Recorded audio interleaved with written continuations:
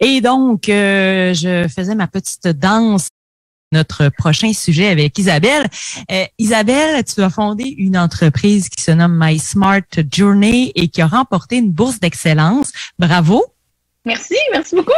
Cette bourse-là, elle a été prévue dans le cadre du programme d'innovation touristique MT Lab. C'est quoi le MT Lab? Le MT Lab, c'est une organisation qui a été créée il y a bientôt 5 ans qui sert à s'assurer que le tourisme, en fait, c'est un carrefour d'innovation. Fait qu'ils vont mettre en relation des entreprises, des jeunes entreprises habituellement, avec le milieu pour voir comment ensemble ils peuvent créer des nouvelles façons de mieux touristiquer. Je sais pas comment on peut le dire autrement. J'aime ça. Langage simple, là, je pourrais utiliser des termes techniques du genre générer des principes d'innovation ouverte, mais... Oh non, j'aime mieux touristiquer. C'est bon, touristiquer? J'adore. Je touristique avec toi ce matin. Isabelle, ça représente quoi pour vous de recevoir ce prix-là? Il y a de l'argent tout d'abord associé à ça? C'est sûr qu'il y a beaucoup d'argent qui est lié à ça, mais c'est surtout que c'est un honneur, OK? C'est une reconnaissance comme quoi le jury a jugé que notre produit servait aux organisations touristiques, mais aussi à pousser finalement l'industrie à un autre niveau. Parce qu'il y avait cet enjeu-là. La bourse incluait le fait qu'il fallait qu'on contribue à l'écosystème, puis qu'on amenait il y a un facteur d'innovation, c'est-à-dire faire des choses différemment pour générer des nouveaux effets positifs. C'est ça. Qu'est-ce que vous faites exactement là? Parce que là, tout ça reste nébuleux pour l'instant, mais on veut des exemples concrets. Des exemples concrets. Bon, par exemple, à la prochaine Biennale de Québec avec Manif d'Or, il va y avoir une centaine d'œuvres sous le thème de, si je me rappelle bien, c'est les illusions sont réelles. Donc, un peu dans la ville, partout, il va y avoir des œuvres. Et au travers de ça, il va y avoir un parcours numérique. C'est-à-dire une vingtaine d'œuvres vont être documentées avec, donc on prend le visiteur va prendre son cellulaire, là, scanner le code QR et accéder à à un jeu, des informations supplémentaires, des quiz, des selfie booths, des choses comme ça. Puis nous, notre technologie permet justement aux créateurs d'expositions, comme dans des musées ou encore aux gens qui font du tourisme, de justement créer cette expérience-là derrière le code QR. OK? Fait qu'il y a plein d'usages. Vous réfléchissez avec les institutions touristiques, musées, festivals, parcours, peu importe, mais vous êtes là dès le début, dès l'idéation. J'imagine que vous apparaissez on est moins intelligent que ça. On a un outil qu'eux-mêmes utilisent. Ça, c'est parce que traditionnellement, c'est exactement ce que tu viens de dire, Marjorie. Les organisations touristiques, ils disent, il faut qu'on fasse un parcours numérique, ils vont engager une agence. Puis, ça va être très bien, là. Ça va être très, très bien. Puis, l'agence va créer quelque chose.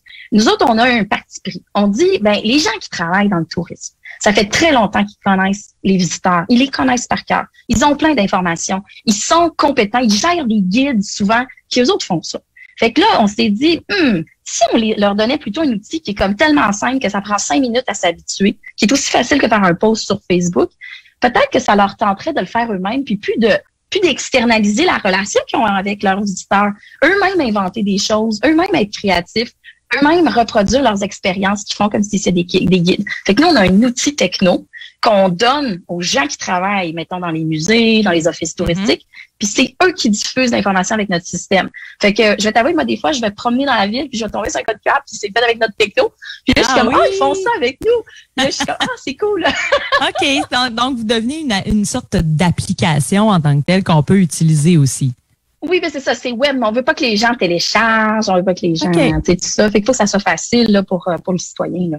Ben, tout à fait. Donc, là, vous faites toutes sortes de choses, de la techno, la Manif d'Or, tu l'as nommé, c'est un bon exemple. Vous existez depuis quand, là, My Smart Journey?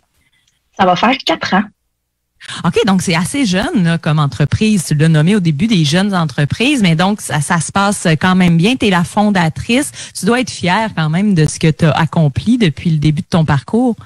Ce que je suis plus fière, Marjorie, c'est d'avoir réussi à comprendre ce qui était des points de friction là, dans ces organisations-là, ce qui faisait que c'était plus difficile de faire des choses puis de le rendre simple.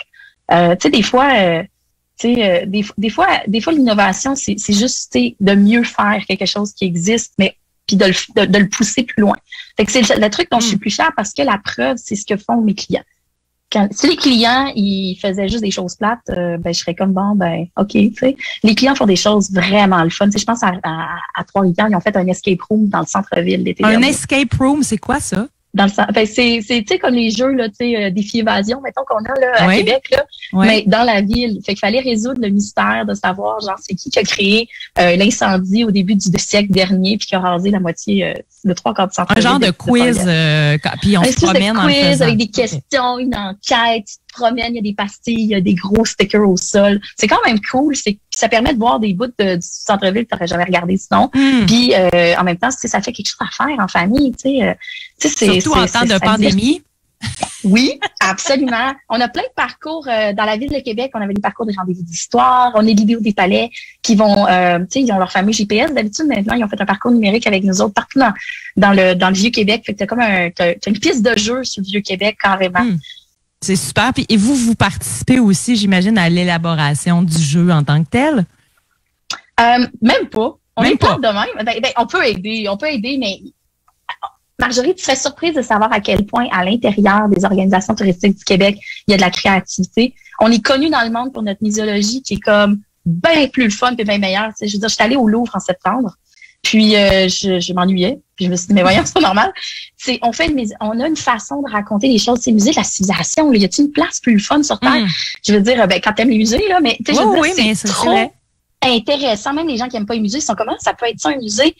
On a ces méthodologies-là, puis on baigne là-dedans, on s'en rend pas compte au Québec. On baigne dans une façon de raconter les savoirs qui est vraiment unique au monde. Alors, dans notre cas, nous, au Québec, et là, ça, c'est le point de la bourse, on va pas rester au Québec, mais au Québec, on remarque que nous autres, nos clients sont capables de eux-mêmes créer des choses qui ont vraiment du fun. On se tape ses cuisses des fois, là, tu sais, quand on regarde ce qu'ils ont fait, là, on a vraiment du plaisir. Tu sais, puis là, on commence à avoir beaucoup de clients, on n'arrive pas à tout faire le tour de tout. Ah oui, quand même. Puis là, tu me dis, on restera pas nécessairement au Québec. Vous avez des clients à l'extérieur de la province.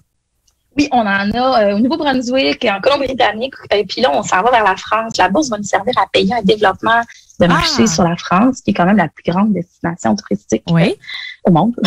Oui, c'est pas rien. C'est pas rien. Un bon marché. On s'essaye. Les s'en viennent.